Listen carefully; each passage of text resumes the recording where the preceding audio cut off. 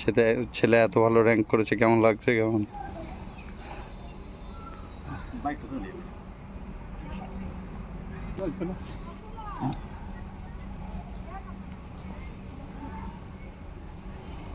কিভাবে পড়াশোনা করেছে ছেলে? পড়াশোনা খুব কষ্ট করে করেছে ছেলে।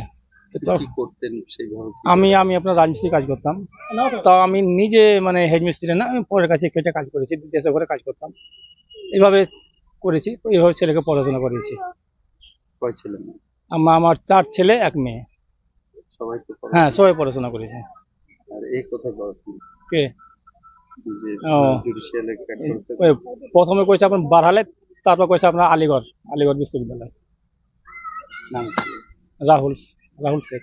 তো কতটা কষ্ট করতে হয়েছে পড়াশোনা করতে? খুবই কষ্ট করতে হয়েছে তখন লাইন ছিল না আপনার, মানে মোমবাতি নিয়ে চেরাকে নিয়ে পড়াশোনা করেছে, মানে মানে মানে কেরোসিন তেল জ্বালিয়ে। এই লাইনটা স্বাভাবিক, লাইনটা সেদিনকে হলো। কি শুনলেন আপনি? ছেলে কি বললো? বললো যে আব্বা আমি চাকরি পেয়েছি। কি হয়েছে ছেলে? কি হয়েছে কি শুনলেন? ছেলে বললো যে আমি পাস করেছি। শোনার পরে কেমন লাগে? খুব খুশি হয়েছি। কি ভাবতে পেরেছিলেন ছেলে এই জায়গায়? ভাবতে পারিনি কোনোদিনই যে আমার ছেলে মানে মানে কত দূর যাবে।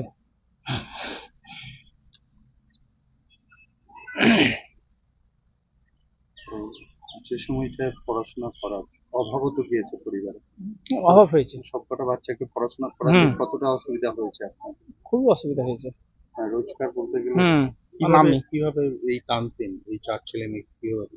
সে উপরবেলার দয়া ছাড়া আমি কিছু করতে পারি না। আমি শুধু মানে ইনকামই করেছি, আর মানে আমার ধরেন উপরবেলা সহযোগিতা ছিল, আর আমার আব্বা মা যে ছিল তাদের দয়া, মানে তাদের দোয়া আর কি, তাদের আশীর্বাদ।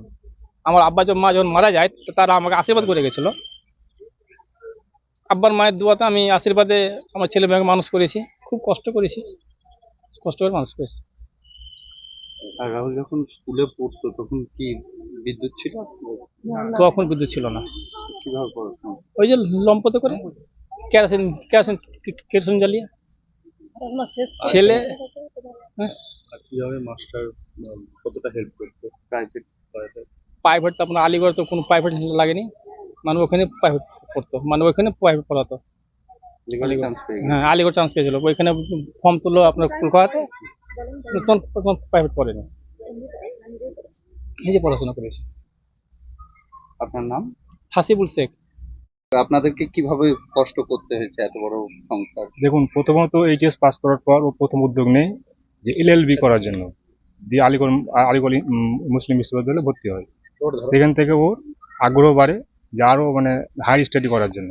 হায়ার স্টাডি করে ও এলএলবি পাস করার পর এলএলএম করে, যার জন্য পাঞ্জাবে ও মানে আপনার সেন্ট্রালি এতে ভর্তি হয়। ওখান থেকে পিএইচডি এখন করছে। পিএইচডি করার মানে সঙ্গে সঙ্গেই 2015 পর থেকে ও জুডিশিয়ালি প্রস্তুতি শুরু করে যে জাজের জন্য। পরপর তিনবারের মাথায় এখন ও পাস করে। কেমন লাগছে? অবশ্যই ভালো লাগছে। কিভাবে পড়াশোনাটা কিভাবে করেছে?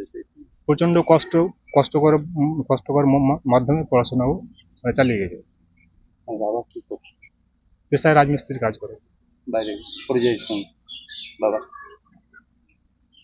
কখনো বাইরে কখনো বাড়িতে, এইভাবেই কাজ করে গেছে। তবু সামান্য মানে মাইনের মাধ্যমে এতগুলো পরিবারকে কন্ট্রোল করে নিয়ে এগিয়ে এসেছে। পড়াশোনা করাতে গিয়ে পেটের ভাতও জোগাড় করতে হয়েছে, পড়াশোনা করে। অবশ্যই। আর রোজগার বলতে গেলে তো বাবারই ছিল বাড়িতে। হ্যাঁ, অবশ্যই। আজকে কেমন লাগছে? আজকে খুব ভালো লাগছে। কতদিন আগে পাঞ্জাব গিয়েছে? প্রায় 7 বছর। 7 বছর থেকে ওখানে পড়াশোনা করছে? ওখানে পড়াশোনা করে। আপনার নাম?